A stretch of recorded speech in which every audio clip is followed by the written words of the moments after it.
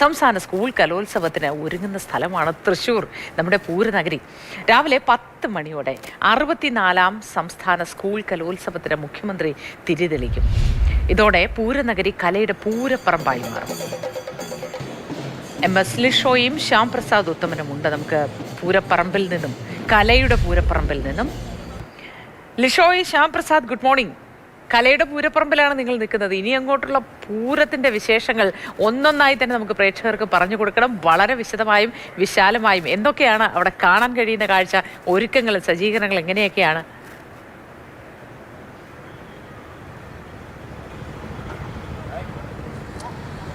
Moti, good morning. അതായത് നാളെ രാവിലെയാണ് ഈ കലോത്സവത്തിന് തിരിതെളിയുന്നത്. മുഖ്യമന്ത്രിയാണ് ആ ഉദ്ഘാടനം നിർവഹിക്കുന്നത്. ഞാനിപ്പോൾ നിൽക്കുന്നത് പ്രധാന വേദിക്കരികിലാണ്. ഇവിടെയാണ് സാധാരണ തൃശ്ശൂർക്കാർ പറയുന്ന പോലെ എക്സിബിഷൻ ഗ്രൗണ്ടാണ്. എക്സിബിഷൻ ഗ്രൗണ്ടിലാണ് നിലവിൽ ഈ ഒരു ഒന്നാമത്തെ വേദി തന്നെ ഒരുക്കിയിരിക്കുന്നത്. കൂടാതെ മറ്റൊരു പ്രധാനപ്പെട്ട കാര്യം എന്ന് പറഞ്ഞാൽ ഈ പൂരപ്പറമ്പിൽ തന്നെ 3 പ്രധാന വേദികളാണ്. 1, 2, 3 വേദികൾ പൂരപ്പറമ്പിൽ തന്നെയാണ്. അതുകൊണ്ട് തന്നെ പൂരത്തിൻ്റെ ഒരു ആവേശം തന്നെയാണ്. മാത്രമല്ല ഈ കുട്ടികളെ വരവേൽക്കുന്നത് ഈ തൃശ്ശൂരിലെ പ്രധാനപ്പെട്ട 2 ഇടങ്ങളാണ് തിരുവമ്പാടിയും പാറമേക്കാവും. അപ്പോൾ കുട്ടികളെ വരവേൽക്കുന്നത് ഇത്തവണ തിരുവമ്പാടിയും പാറമേക്കാവും ഇലഞ്ഞിത്തറ മേളം ഒന്നിച്ച് കൈകോർത്തുകൊണ്ട് ഈ ഒരു പ്രധാന വേദിക്കരികിൽ കൊട്ടിക്കൊണ്ടാണ്. അതായത് നമ്മൾ പലപ്പോഴും തൃശ്ശൂർ പൂരത്തിനൊക്കെ ഒരുപക്ഷെ ഈ മേളം കേൾക്കാനായി കുട്ടികൾക്കോ അല്ലെങ്കിൽ രക്ഷിതാക്കൾക്കൊന്നും തന്നെ എല്ലാവർക്കൊന്നും എത്താനായി പറ്റില്ല. പക്ഷേ ഇതിപ്പോൾ കേരളത്തിൻ്റെ എല്ലാ ഇടങ്ങളിൽ നിന്നും ആളുകൾ എത്തുന്ന ഒരു ഇടം കൂടിയാണ്. അപ്പോൾ അതുകൊണ്ട് അവരെ തൃശ്ശൂരിൻ്റെ ഏറ്റവും പ്രധാനപ്പെട്ട ആകർഷണമായ മേളം കൊട്ടിക്കൊണ്ട് തന്നെ സ്വീകരിക്കുക എന്നുള്ള ഒരു കാര്യമാണ് തൃശ്ശൂർക്കാർ എന്തായാലും ചെയ്യുന്നത്. മാത്രമല്ല എല്ലാ വേദികളും ഈ തൃശ്ശൂർ സ്വരാജ് റൗണ്ടിനോട് ചേർന്നുകൊണ്ട് തന്നെയാണ്. അതായത് ഏകദേശം ഒരു 1.5 കിലോമീറ്ററോളം ചുറ്റളവിൽ തന്നെയാണ് എല്ലാ വേദികളും ഉള്ളത്. അതുകൊണ്ട് തന്നെ ആർക്കും ഇവിടെ എത്തിയാൽ അത്രയധികം ബുദ്ധിമുട്ടേണ്ടി വരില്ല എന്നുള്ളത് ഉറപ്പാണ്. മാത്രമല്ല സാധാരണഗതിയിൽ ഉണ്ടാകാറുള്ളത് പോലെ തന്നെ ഇത്തവണയും പഴയിടം തന്നെയാണ് കലോത്സവത്തിൻ്റെ സദ്യവട്ടങ്ങളൊക്കെ തന്നെ ഒരുക്കാനായി എത്തിയിരിക്കുന്നത്. ഇന്നിപ്പോൾ കലവറ നിറയ്ക്കലുണ്ട്, അതിനുശേഷം പാലുകാച്ചലുണ്ട്. മാത്രമല്ല ആദ്യ ബാച്ച് കുട്ടികൾ ഇന്ന് 10:00 റെയിൽവേ സ്റ്റേഷനിലേക്ക് എത്തും. അപ്പോൾ അവരെ സ്വീകരിച്ച് നേരെ അക്കോമഡേഷൻ സെൻറ്ററിൽ വാദ്യമേളത്തോടു കൂടി തന്നെയാണ് അവരെ സ്വീകരിക്കുന്നത്. മന്ത്രിമാരും അതുപോലെ തന്നെ ജനപ്രതിനിധികളും കൂടാതെ അധ്യാപകരും എല്ലാവരും ചേർന്നുകൊണ്ട് ഒന്നിച്ച് ആ കുട്ടികളെ വരവേൽക്കുകയാണ് ചെയ്യുന്നത്. മാത്രമല്ല വിപുലമായ ആവേശവും കണ്ണിലെ തിളക്കവും കാണുമ്പോൾ ഞാൻ ആലോചിക്കുകയായിരുന്നു, സ്കൂൾ കാലത്തൊക്കെ ഈ അനുഭവങ്ങളൊക്കെ ഉണ്ടായിട്ടുണ്ടാവുമെന്ന്. കലോത്സവ അനുഭവങ്ങൾ എന്ന് പറയുമ്പോൾ നമ്മൾ ആസ്വദിച്ചിട്ടുള്ളൊരു അനുഭവമാണ്, അല്ലാതെ പങ്കെടുത്തിട്ടുള്ളൊരു അനുഭവം എന്തായാലും ഉണ്ടായിട്ടില്ല. കാരണം അതിനുള്ളൊരു ഭാഗ്യം ഉണ്ടായിട്ടില്ല. മോത്തിയെപ്പോലുള്ളവർക്കൊക്കെ അതിൻ്റെ ഭാഗ്യം ലഭിച്ചിട്ടുണ്ടെന്ന് നമുക്കറിയാവുന്നതാണ്.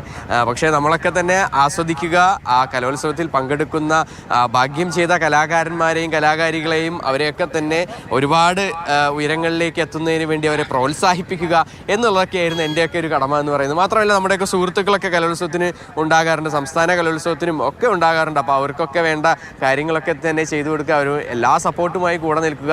മാത്രമല്ല 2018 അവസാനമായി തൃശ്ശൂരിൽ കലോത്സവം വന്നത്. ആ സമയത്തൊക്കെ തന്നെ നമ്മളൊക്കെ വളരെ ആവേശത്തോടു കൂടി ഇങ്ങോട്ടേക്ക് എത്തുകയും ഇതേ സ്ഥലത്ത് തന്നെയായിരുന്നു ഒന്നാമത്തെ വേദിയൊക്കെ തന്നെ ഉണ്ടായിരുന്നത്. അപ്പോഴൊക്കെ ആ കലാകാരന്മാരെയൊക്കെ തന്നെ അവരുടെ ഒരു പെർഫോമൻസുകളൊക്കെ തന്നെ കാണുക, അതൊക്കെ തന്നെ വലിയൊരു സന്തോഷം തന്നെയാണ്. കലാ പ്രകടനങ്ങൾ കാഴ്ചവെക്കുന്നതിനോടൊപ്പം തന്നെ അത് ആസ്വദിക്കുക, നല്ലവണ്ണം ആസ്വദിക്കുക എന്നുള്ളത് വലിയ മനസ്സിന് സന്തോഷം നൽകുന്ന ഒരു കാര്യമാണ്. അതുകൊണ്ട് തന്നെയാണ് പോരാത്തതിന് തൃശ്ശൂർ എന്ന് പറയുമ്പോൾ ഒരു കലയുടെ ഒരു സാംസ്കാരിക കേന്ദ്രം കൂടിയാണല്ലോ. അപ്പോൾ അതുകൊണ്ട് തന്നെ തൃശ്ശൂർക്കാരെല്ലാവരും സാംസ്കാരിക പരിപാടികളും ഒക്കെ നിറഞ്ഞു നിൽക്കുന്ന ഒരിടം തൃശ്ശൂരല്ലാതെ മറ്റെവിടെ ഇത്രയും വിശാലമായ ഒരു സ്ഥലം അതിനുവേണ്ടി ഒരുക്കാൻ കഴിയുമെന്ന് പോലും നമുക്ക് ഒരുപക്ഷെ സംശയം തോന്നിപ്പോവും. ലിഷോയ് പറഞ്ഞത് ശരിയാണ്, ഇതെല്ലാം കൂടി ചേർന്നതാണ് കലോത്സവം.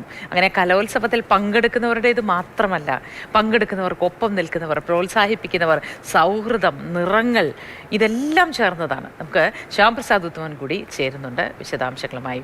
Shyam Prasad, good morning. എവിടെയാണ് നിൽക്കുന്നത് ശ്യാം പ്രസാദ്? പ്രധാന വേദിക്ക് അരികിലാണ് ലിഷോയ് ഉണ്ടായിരുന്നത്. ശ്യാം എവിടെയാണ്? അവിടെ നിന്നുള്ള ഏറ്റവും പുതിയ വിവരങ്ങൾ, വിശേഷങ്ങൾ എന്തൊക്കെ ശ്യാം?